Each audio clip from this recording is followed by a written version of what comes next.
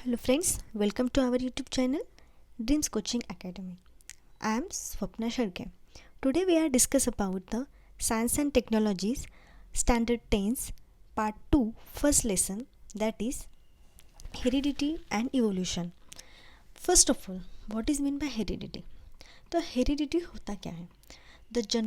The transfer of some traits and characters from one generation to another generation means from their parents to their offspring.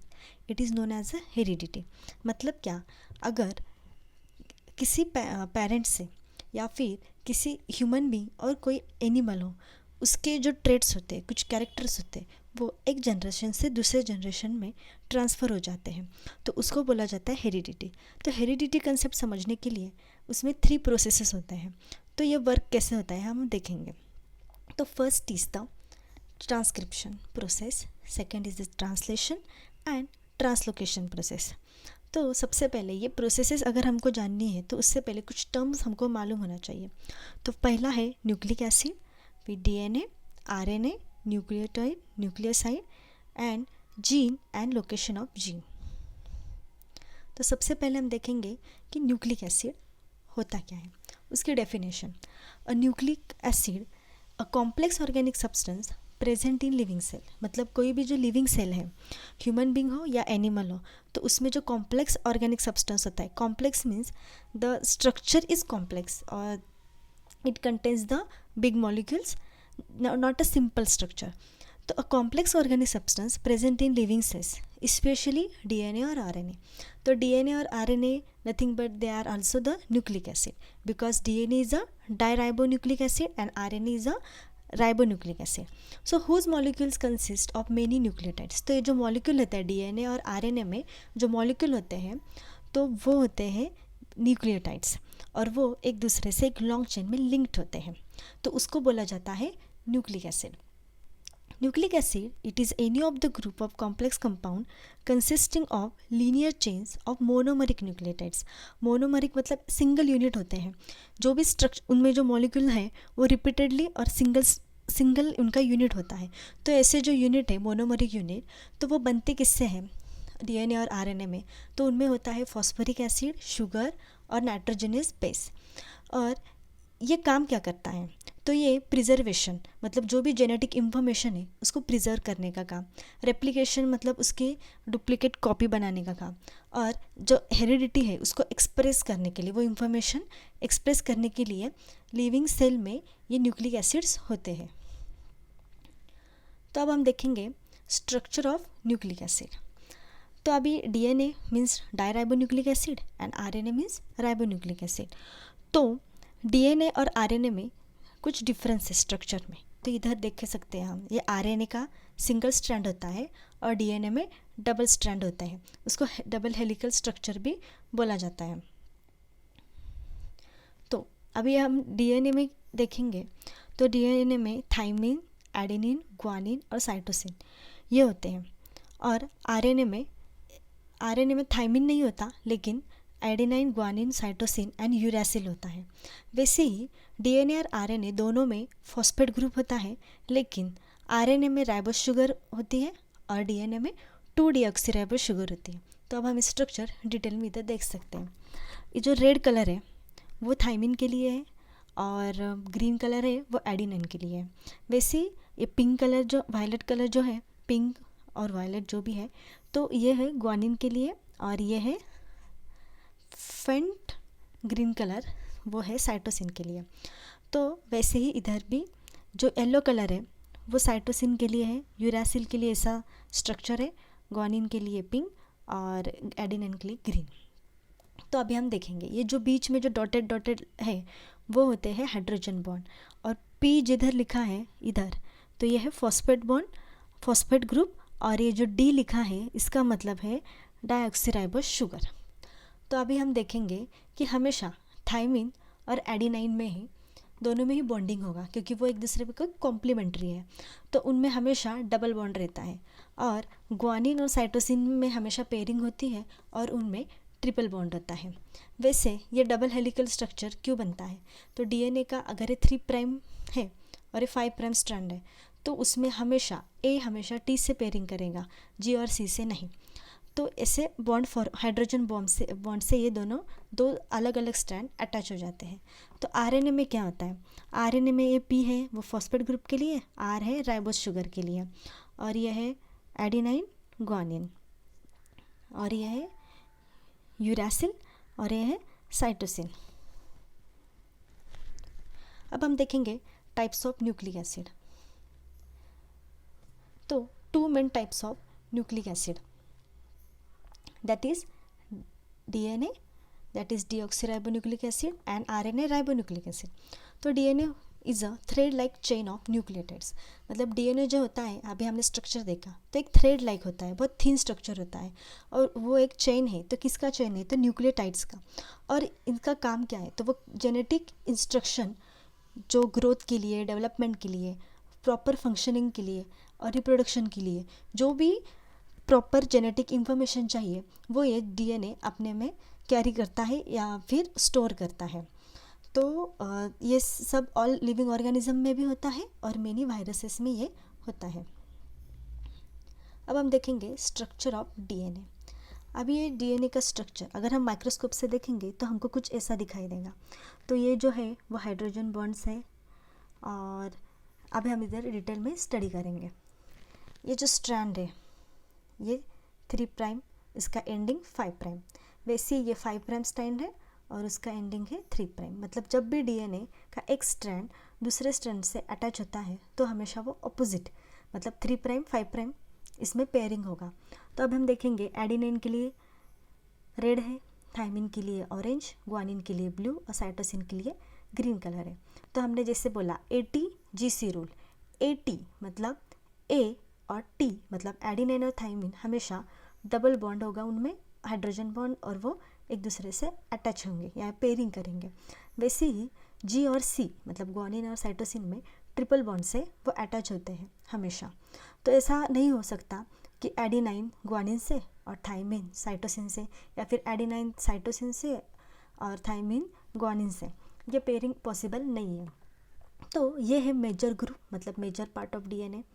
ये है base pairs जैसे अभी हमने बोला ATGC, ये है बेस पेयर। ये है माइनर ग्रुप, और ये शुगर फॉस्फेट बैकबोन है। मतलब ये जो डीएनए का बैकबोन है वो बनता है शुगर और फॉस्फेट ग्रुप से। तो आप देखेंगे आरएनए मतलब राइबोन्यूक्लिक एसिड। तो आरएनए जो मॉलिक्यूल होते हैं जैसे कि हमने पहले देखा वो सिंगल स्ट्रैंडेड न्यूक्लिक एसिड होते हैं और वो भी न्यूक्लियोटाइड से ही बनते हैं।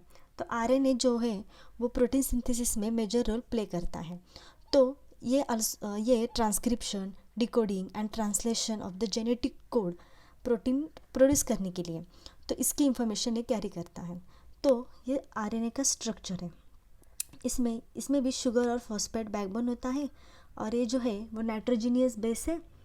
ये है एडिनाइन, ये है यूरासिल, ये है ग्वानिन, और ये है साइटोसिन। तो ये है फॉस्फेट एंड शुगर ग्रुप। जो इधर है बैकबोन जो है वो फॉस्फेट एंड शुगर से बना हुआ है। अब हम देखेंगे न्यूक्लियोटाइड। जैसे कि हमने देखा कि न्यूक्लिक एसिड को बिल्ड करने के लिए जो ब्लॉक्स चाहिए, जो मोनोमरिक यूनिट चाहिए, वो होते हैं न्यूक्लियोटाइड्स। इसलिए बोला जाता है कि nucleotides are the building blocks of nucleic acid.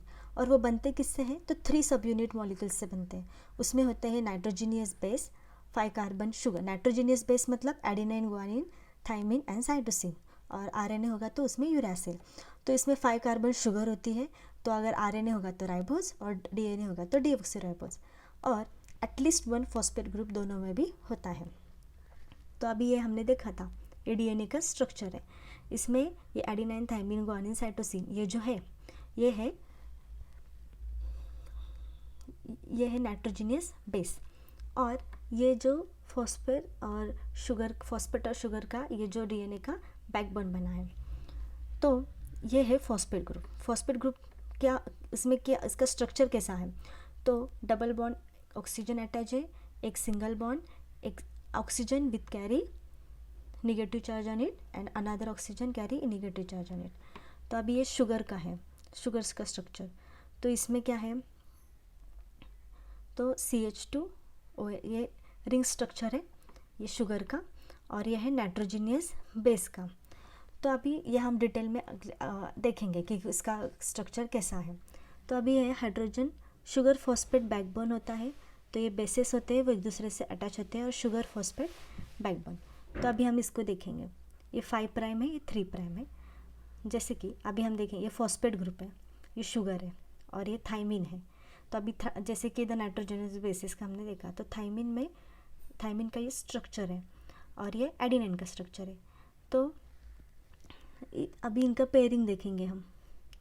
तो अभी इन दोनों का तो पेयरिंग नहीं हो सकता, लेकिन दूसरे में ये इनका पेयरिंग हो सकता है। मतलब एडिनाइन थाइमिन का हो सकता है और ग्वानिन और साइटोसिन का हो सकता है, लेकिन इन दोनों का नहीं हो सकता और थाइमिन और ग्वानिन का नहीं हो सकता। न्यूक्लियोसाइड ऐसे कंपाउंड होते हैं जिनमें प्यूरिन और पिरिमिडिन, ये जो बेस होते हैं वो लिंक्ड होते हैं शुगर से। तो वो शुगर एक तो राइबोज होगी, नहीं तो डीऑक्सीराइबोज होगी। तो न्यूक्लियोसाइड्स आर लाइक न्यूक्लियोटाइड्स, मतलब न्यूक्लियोसाइड्स भी न्यूक्लियोटाइड्स की जैसे ही होते हैं, लेकिन उनमें फॉस्फेट ग्रुप नहीं होता। और nucleoside consist simply a nitrogen base and 5 carbon sugar. मतलब न्यूक्लियोटाइड और न्यूक्लियोसाइड में डिफरेंस क्या है? तो न्यूक्लियोटाइड में नाइट्रोजनियस बेस होते हैं और फॉस्फेट ग्रुप होता है, लेकिन न्यूक्लियोसाइड में फॉस्फेट ग्रुप नहीं होता, नाइट्रोजनियस बेस और शुगर होती है, और वो भी 5 कार्बन शुगर। प्यूरिन और पिरिमिडिन। तो purine includes number of biologically important compounds such as 2 bases adenine and guanine. मतलब जो प्यूरिन्स होते हैं उनमें एडिनाइन एंड ग्वानिन आते हैं, जो डीएनए के और आरएनए के कंपोनेंट्स हैं। तो न्यूक्लियोसाइड में क्या होता है, तो प्यूरिन और पिरिमिडिन एक दूसरे से लिंक होते हैं। तो अभी पिरिमिडिन मतलब क्या, तो इनमें थाइमिन होता है और ये बस डीएनए में फाउंड होता है, और यूरासिल होता है वो बस आरएनए में फाउंड होता है, and cytosine which is found in both DNA and RNA. तो अब हम देखेंगे प्यूरिन न्यूक्लियोसाइड का स्ट्रक्चर। अभी ये प्यूरिन 5 मेंबर्ड, मतलब ये रिंग स्ट्रक्चर है। इसमें इधर ऑक्सीजन है, इधर CH2OH, ये OH ग्रुप, ये OH ग्रुप, और ये मतलब क्या है, शुगर है। अभी ये इधर इन स्ट्रक्चर से, मतलब ये बेस है नाइट्रोजनियस बेस, उससे अटैच है, तो ये है प्यूरिन न्यूक्लियोसाइड। तो प्यूरिन में इधर अगर हम जहाँ पे X लिखा है वहाँ पे OH आ सकता है, NH2 आ सकता है, क्योंकि प्यूरिन में होंगे तो एडिनाइन और ग्वानिन इधर अटैच हो सकता है शुगर से। वैसे ही पिरिमिडिन में इधर जहाँ पे Z लिखा है वहाँ पे एक तो हम हाइड्रोजन लिख सकते हैं, नहीं तो CH3, क्योंकि इस शुगर को इधर हम कौन से ग्रुप अटैच कर सकते हैं, तो यूरासिल भी हो सकता है और थाइमिन भी हो सकता है। Gene and location of gene. तो जीन क्या है? Gene is a region of DNA. मतलब जीन जो होता है वो डीएनए का एक रीजन होता है जहाँ पे फंक्शन एनकोड हो जाते हैं। तो वो बहुत इम्पोर्टेंट फैक्टर बन जाता है हेरिडिटी के लिए। मतलब हेरिडिटी में क्या होता है, ट्रांसफ़र ऑफ जीन होता है। तो जीन में ही क्या होता है, पूरी इंफॉर्मेशन सेव होती है, ऐसा बोल सकते हैं हम। तो जीन एक्सप्रेशन क्या है? Is the process by which information from a gene is use in the synthesis of a functional gene product. मतलब जीन तो हमको पता है कि वो फंक्शन को एनकोड करता है, मतलब कोडिंग करता है डीएनए के। तो वैसे ही जीन एक्सप्रेशन ऐसी प्रोसेस है जिसमें जीन से जो इंफॉर्मेशन मिलती है वो जीन प्रोडक्ट के लिए जीन प्रोडक्ट सिंथेसिस के लिए यूज़ किया जाता है। तो वो प्रोडक्ट कुछ भी हो सकता है, जैसे कि proteins, but in non protein coding gene such as a transfer RNA. मतलब जब प्रोटीन हमको सिंथेसिस करना होता है तो जीन यूज़ होता है, लेकिन अगर नॉन प्रोटीन कोडिंग होता है तो जीन ट्रांसफ़र आरएनए बन जाता है और a small nuclear RNA genes. तो ये प्रोडक्ट होता है फंक्शनल आरएनए। तो location of gene in DNA, अगर हम समझेंगे कि ये डीएनए है तो इसमें जीन्स का हमको लोकेशन देखना है। तो इधर हम देखेंगे, अभी ये सेल है, इसमें न्यूक्लियस है और यहाँ पे हमको क्रोमोसोम्स दिखाई देंगे। तो अभी ये क्रोमोसोम को हमने जूम करके इधर देखा, तो क्रोमोसोम में भी लिंकेज होता है डीएनए। तो उसमें जो एक रीजन है डीएनए का, तो उसमें हमको मिलेगा जीन। तो ये डीएनए है, उसमें का रीजन पकड़ा, तो ये हम इसको बोलेंगे जीन। तो वैसे ही अगर ये डीएनए है तो उसमें से हमने ये पूरा, ये जीन से ये जीन है, ये जीन है।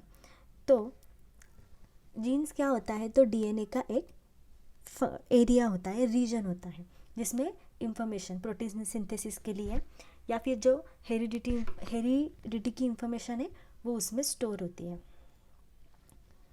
अब हम देखेंगे ट्रांसक्रिप्शन प्रोसेस। तो ट्रांसक्रिप्शन प्रोसेस, ये प्रोसेस जो होती है उसमें इन अ स्ट्रैंड ऑफ डीएनए, मतलब ये process by which the information in a strand of DNA is copied, मतलब जो भी डीएनए के स्ट्रैंड में जो भी इंफॉर्मेशन है जिनसे वो स्टोर किए हुए हैं वो क्या किया जाता है, कॉपी किया जाता है, और वो कॉपी करके न्यू मॉलिक्यूल बनाया जाता है, उसको बोलते हैं मैसेंजर आरएनए और एमआरएनए। तो DNA safely and stably store genetic material in the nuclear of cells as a reference.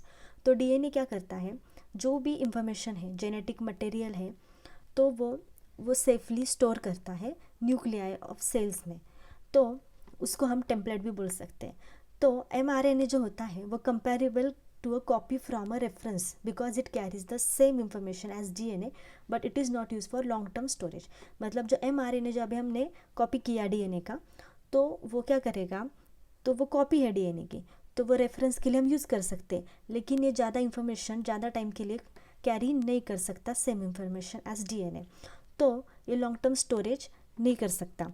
तो ये freely can freely exist the nucleus, तो वो फ्रीली न्यूक्लियस में एग्जिस्ट हो सकता है। तो mRNA contains the same information, it is not an identical copy of the DNA segment. मतलब एमआरएनए में जो इंफॉर्मेशन होती है वो टोटली आइडेंटिकल डीएनए से नहीं होती, मतलब आइडेंटिकल कॉपी उसकी वो नहीं होती, because it sequence is complementary to the DNA template. मतलब जो डीएनए टेम्पलेट है उसका सीक्वेंस उसका कॉम्प्लीमेंट्री होता है। कॉम्प्लीमेंट्री मतलब जैसे हमने देखा कि ए को हमेशा टी, मतलब एडिनाइन को हमेशा थाइमिन पेयरिंग करेगा। तो इधर है transcription process with diagram. The process of making mRNA strand from a DNA template using base pairing rules. तो बेस पेयरिंग रूल हमने बताया कि एटी और जीसी, मतलब एडिनाइन थाइमिन से और ग्वानिन साइटोसिन से पेयर होगा। तो ये प्रोसेस होती है न्यूक्लियस में। तो अब हम इनिशिएशन मतलब starting of process, transcription process. तो इधर क्या है, प्रोमोटर है, यहाँ पे सिग्मा फैक्टर है, और ये आरएनए पॉलीमरेज है, और ये आरएनए हेलिक्स है। तो अभी क्या होगा, जो मेन डीएनए का स्ट्रक्चर है उसका ये कॉपी बनेगा एक स्ट्रैंड। तो इनिशिएशन प्रोसेस है अभी इधर, ये आरएनए पॉलीमरेज का स्ट्रक्चर है। तो अब हम फर्स्ट इनिशिएशन प्रोसेस देखेंगे। तो इधर डीएनए का एक स्ट्रैंड है, हमने लिया रेड कलर वाला। तो वहाँ पे क्या होगा, RNA polymerase binds to the promoter. तो यहाँ पे जो प्रोमोटर है वो आरएनए पॉलीमरेज उधर को बाइंड हो जाएगा। मतलब देखो ये जो आरएनए है इधर सिग्मा फैक्टर, सिग्मा है, सिग्मा फैक्टर, तो ये बाइंड हो जाएगा यहाँ पे प्रोमोटर पे, और फिर वो बेस पेयरिंग करता जाएगा। तो यहाँ पे सीक्वेंस स्टॉप हो जाएगा। तो इलोंगेशन प्रोसेस में क्या होता है, तो आरएनए क्या करता है, copy of the coding region using base pairing rule. तो बेस पेयरिंग रूल से वो कॉपी बना देता है, कॉपी कर लेता है। और bond that forms between the adjacent RNA nucleotides is a phosphodiester bond. अब ये जो बॉन्ड फॉर्म करेगा इधर या फिर इधर, तो ये बन जाएंगे फॉस्फोडाइएस्टर बॉन्ड। अभी ये थर्ड स्टेज है टर्मिनेशन। टर्मिनेशन मतलब प्रोसेस, स्टॉप द प्रोसेस। तो टर्मिनेशन में क्या होता है, आरएनए पॉलीमरेज एमआरएनए बना लेता है। ये जो आरएनए बन गया नया, इसको बोलेंगे हम mRNA, until it reaches the termination site where it stops. तो यहाँ पे वो स्टॉप हो जाता है और ये फिर से अलग हो जाते हैं। अब होगा ट्रांसलेशन प्रोसेस। तो ये प्रोसेस होता है, इसमें क्या होता है, information pass from DNA as messenger RNA and turns it into a series of amino acid. मतलब अभी डीएनए का जो मैसेंजर आरएनए ने कॉपी किया इन्फॉर्मेशन, तो वो अभी क्या होगा, अमीनो एसिड की सीरीज़ में टर्न हो जाएगा और पेप्टाइड बॉन्ड से वो हो जाएगा। तो it is essentially translation from one code, मतलब न्यूक्लियोटाइड सीक्वेंस है, तो another code that is amino acid sequence. मतलब एक न्यूक्लियोटाइड सीक्वेंस है और एक अमीनो एसिड सीक्वेंस है। तो अभी हमें क्या करना है, the ribosome is the site of this action. तो ये एक्शन कहाँ पे होगी, तो राइबोसोम के यहाँ। तो just as RNA polymerase was the site of mRNA synthesis. जैसे हमने देखा कि आरएनए पॉलीमरेज जो हमने स्टार्टिंग में लिया था, तो वो थी एमआरएनए सिंथेसिस की साइट, जहाँ पे एमआरएनए सिंथेसिस हुआ। तो ribosome matches the base sequence in the mRNA in sets of 3 based. Basis, मतलब जो राइबोसोम मैच करता है सीक्वेंस mRNA में, तो उसको बोलते हैं कोडॉन। तो वो कन्वर्ट हो जाता है tRNA में, तो उसमें 3 कॉम्प्लीमेंट्री बेसिस होते हैं, उसको बोलते हैं एंटीकोडॉन रीजन। तो अगेन बेस पेयरिंग रूल से उनमें पेयरिंग होती है और A बाइंड्स टू U, मतलब अभी इधर RNA है इसलिए A binds to U, U means uracil, adenine binds to uracil and cytosine binds to G। तो ribosome moves along the mRNA matching 3 base pairs, मतलब जो राइबोसोम mRNA में होगा वो 3 बेस पेयर को मैचिंग करेगा एट अ टाइम, मतलब एक ही टाइम पे, और एडिंग करेगा अमीनो एसिड और पॉलीपेप्टाइड चेन की। तो राइबोसोम अगर वहाँ पे पहुँच गया तो वो स्टॉप हो जाएगा, स्टॉप कोर्स। तो ribosome release both the polypeptide and mRNA, तो वो पॉलीपेप्टाइड mRNA रिलीज करेगा। द स्टेप्स इन ट्रांसलेशन, अभी हम ट्रांसलेशन प्रोसेस डायग्राम से देखेंगे। तो ribosome binds to mRNA at a specific area. तो अभी ये जो है वो mRNA है और ये है न्यूक्लियस। तो अभी क्या करेगा, राइबोसोम mRNA को स्पेसिफिक एरिया पे बाइंड हो जाएगा। तो ribosome starts matching tRNA anticodon sequence to the mRNA codon sequence. अभी इधर AUGUUCA जो है, मतलब ये एडिनाइन है, यूरासिल है, ग्वानिन है, यूरासिल साइटोसिन। तो अभी क्या होगा, अभी हम इधर देखेंगे इस डायग्राम में, ये mRNA है, ये राइबोसोम्स है यहाँ पे। तो ये जो है सेपरेट, ये tRNA है अभी। तो इसमें ये जो पार्ट है इसको हम बोलेंगे लाइसिन, ये यूरासिल है, और ये है मिथियोनाइन। तो अभी इधर क्या होगा, ये जो mRNA का स्ट्रैंड है, तो अभी इधर पेयरिंग स्टार्ट होगा, U का A से, A का U से, C का G से, और ये जो है इसको बोलेंगे कोडॉन, और स्टार्ट कोडॉन इसको बोलेंगे क्योंकि यहाँ पे वो स्टार्ट हो गया है। तो इस time a new tRNA comes into the ribosome, मतलब हमेशा राइबोसोम के यहाँ tRNA नया आएगा। तो amino acid that is were carrying gets added to the elongated polypeptide chain. तो ये जो चेन होती है वो इलांगेटेड पॉलीपेप्टाइड चेन होती है। The ribosome continues until the hits of stop sequence. Then it releases the polypeptide and mRNA. The polypeptide forms into a native shape and starts acting a functional protein in the cell. मतलब जो polypeptide chain होती है तो वो functional protein cell में जैसा है वैसा एक्ट कर देता है। अब है translocation process. The amino acids brought in by tRNA are bonded together by peptide bonds with the help of rRNA। मतलब पहले हमने देखा mRNA से हमने tRNA सिंथेसिस किया, अब क्या करेंगे, तो अमीनो एसिड और tRNA मतलब ट्रांसफर RNA, ये जो बॉन्ड हो जाएंगे, बॉन्डेड हो जाएंगे टुगेदर, मतलब एक दूसरे के साथ, और वो पेप्टाइड बॉन्ड्स से, मतलब अमीनो एसिड और tRNA पेप्टाइड बॉन्ड से बॉन्डेड हो जाएंगे, और किसकी हेल्प से, तो rRNA से। तो during this process, rRNA means ribosomal RNA.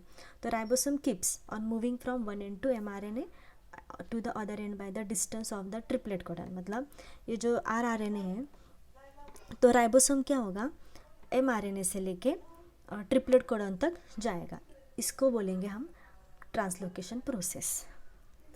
तो देखो ट्रांसलोकेशन ऑफ क्रोमोसोम। तो अभी इधर एक क्रोमोसोम है, इधर क्रोमोसोम है, तो ट्रांसलोकेशन क्या हुआ है, इधर देखो YZ और GH, मतलब क्या, ये इधर का GH पार्ट ये इधर गया और ये इधर। वैसे ही ये ABCDEFGH था, तो अभी ये बन गया ABCDEF, और इधर का YZ अभी इधर आया। वैसे ही मतलब ये ट्रांसलोकेट हुआ। वैसे ही STUVWXYZ था, तो इधर हो गया STUVWXGH, मतलब इधर का GH इधर ट्रांसलोकेट हो गया।